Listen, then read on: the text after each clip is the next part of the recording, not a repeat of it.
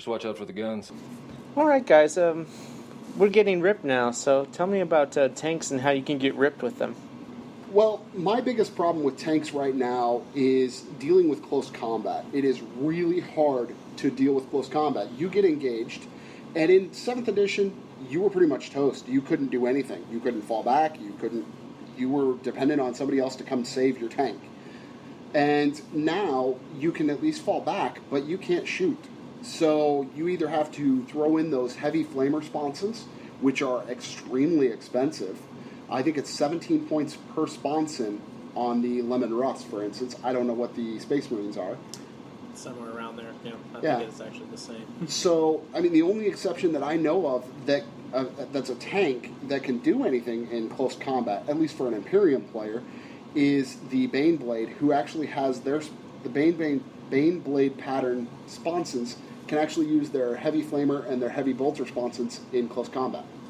The existence of Space Marine sergeants that could take melt-a-bombs actually made, I would say, 90% of all tank players play over-conservatively with their expensive tanks, because nothing ruins your day more than running your Land Raider down midfield and then having a tactical squadron walk up to it and pop it in a single hit. Incredibly frustrating, and now he'll have a chance. But one thing I do miss from 7th is the way tank shock used to work. I had a really fun game where I had a train of rhinos. I was going to say Rob. I remember when you played Rob that one day. Yeah.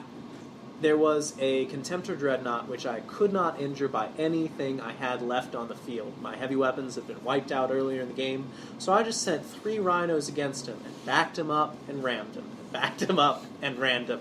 And over time, I destroyed the Dreadnought trash compactor style. Lucky for orcs, we're always good at melee, and our one tank, the Battle Wagon, it has treads, it counts.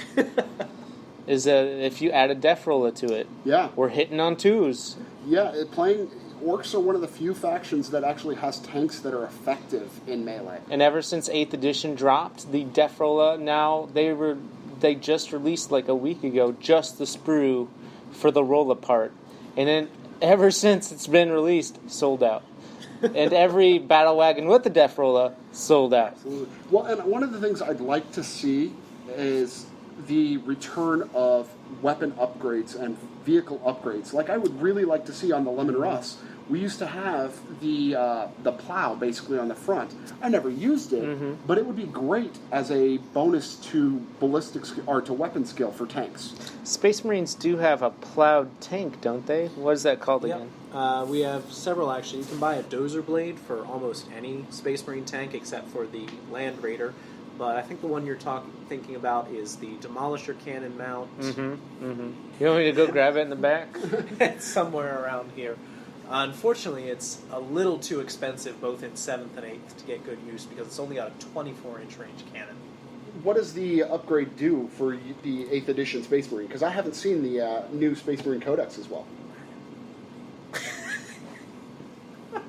Somebody who plays Space Marines! I know, but I don't have any of those models.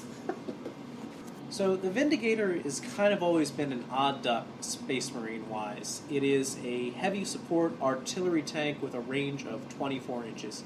And while its cannon is extremely powerful, in previous editions, its crippling rear armor value would make sure you keep it in your backfield defensively all the time, or risk blowing up an incredibly expensive model very, very easily. In this edition, it's still a bit expensive, but I think we're going to see a lot more use just because of the fact that it doesn't have that blaring weakness.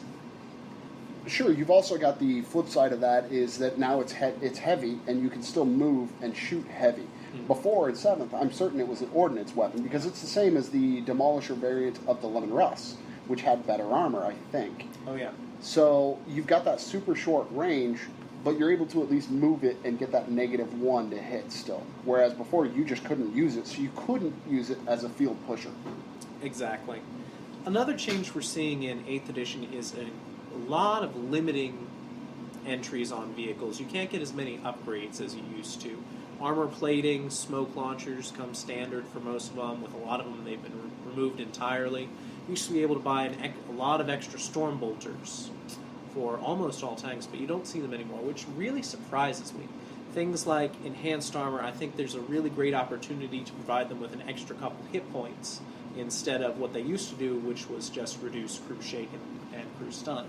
Absolutely, and I'd like to see stuff where it's the armor plating, the difficult terrain plow that was for the Lemon Russes and stuff. I would love to see that make them more effective as doing things that would be the equivalent of tank shock, a little bit better in melee, maybe a +1 to weapon skill, +1 to attack or something. I think we might see some of that come back in the upcoming chapter approved, but until then, you're basically stuck with most of the out-of-the-box kits as far as tanks go. All right, and let's transition from Get Ripped to Cooldown. Any final words or closing thoughts? Well, I know I'm going to be playing a lot more Land Raiders in this edition than I used to. The incredible price tag with the limited survivability and the fact that they could be wiped out in a single shot always stopped me from playing Land Raiders competitively.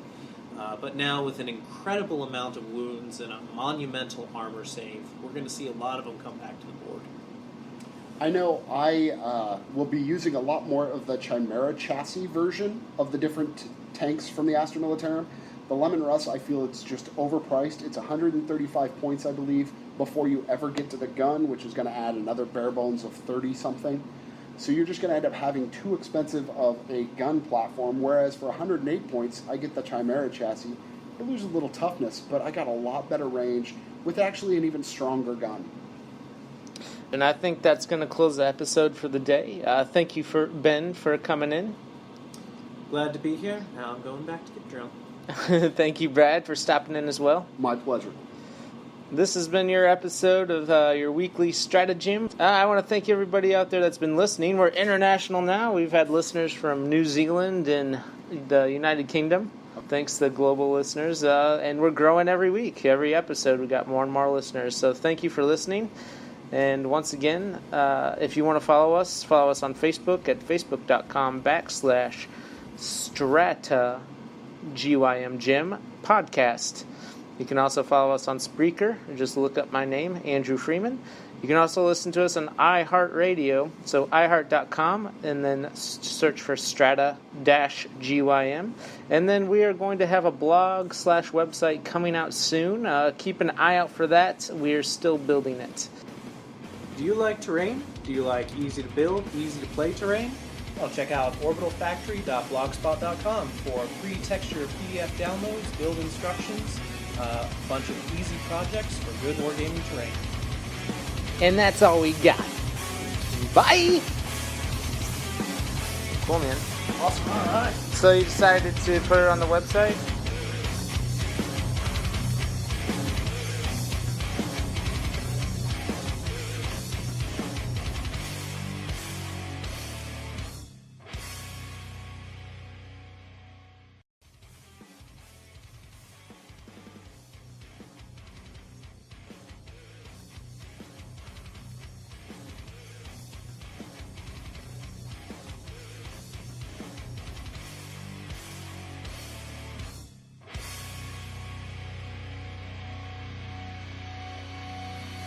So you think you know me, but I'm not sure you've seen this side of me. You can't control me. When we're done, we'll see who's standing. And don't sit down, stand walls. So you think you know me, I will break you down. I've broken so many bones, but nothing's left the scars like the memory of you. If a piece of